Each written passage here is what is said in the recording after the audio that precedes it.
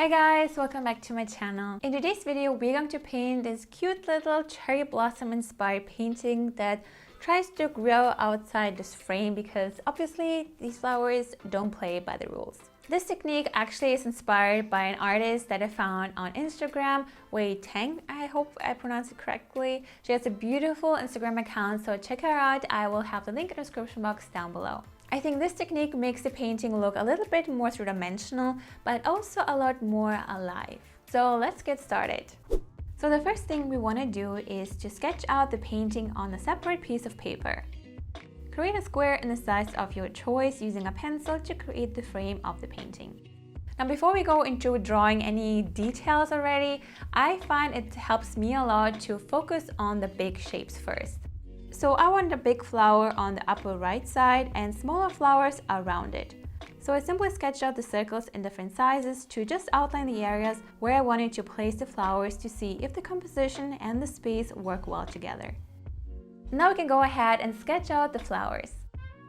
So for the cherry blossoms, I created these rather round shaped triangles all around the center of the circle, and from here I worked my way through all the circles I created.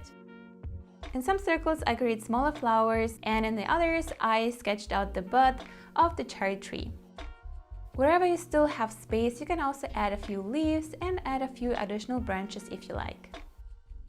Once you sketched out the design, turn the paper over and create a fine layer of pencil lead by just drawing over it. Here, a very soft pencil can make it a lot easier for you, such as a 4, 6, or even 8B pencil.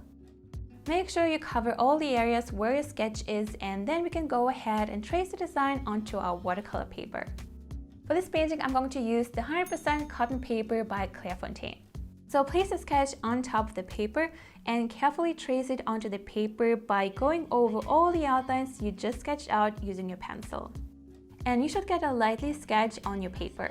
If there are some lines still missing, simply add them with your pencil. And now we can finally start painting the flowers.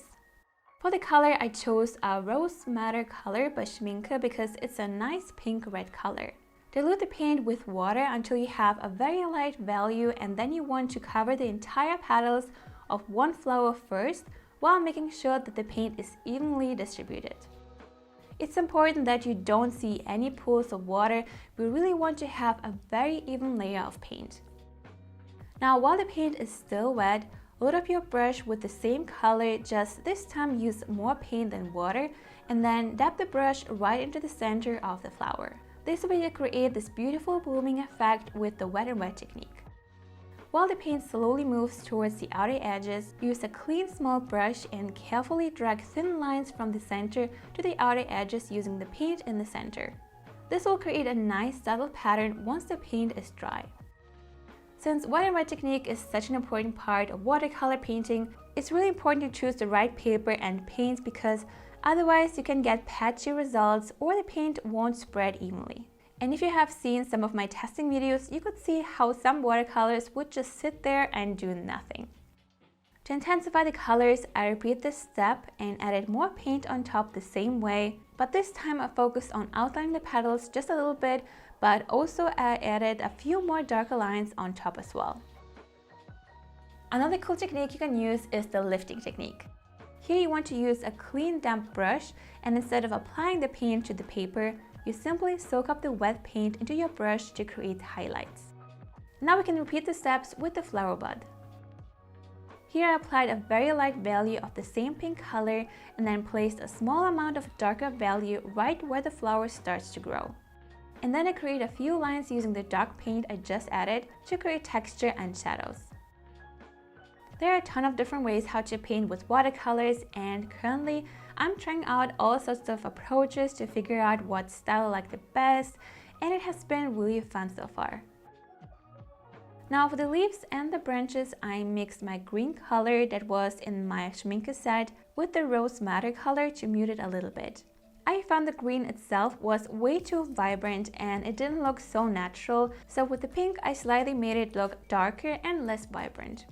In general, if you find a certain color is way too vibrant, you can simply mute the color to make it look more natural by using the color that is on the opposite side of the color wheel.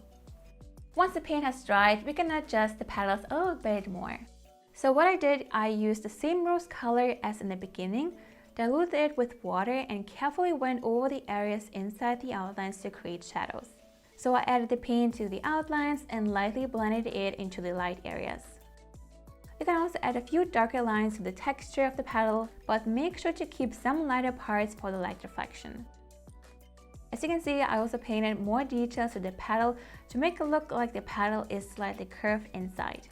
On the lower petal, I made the outside darker than the petal itself, and on the upper petal, I kept the outside lighter, as here the light hits the petal. So here you would want to add the shadow right below the curved line, as it casts a shadow underneath. Build up the intensity of all the flowers as well, and then we can move on to the background. Now there are so many different ways how to paint cherry blossoms. They have different colors, you can paint them in different styles, so don't feel that you absolutely have to paint it a certain way. Just have fun and try different techniques and see what you like the best. Now for the background, I used a mixture of light green and blue just to make the background look a little bit more interesting and not so flat.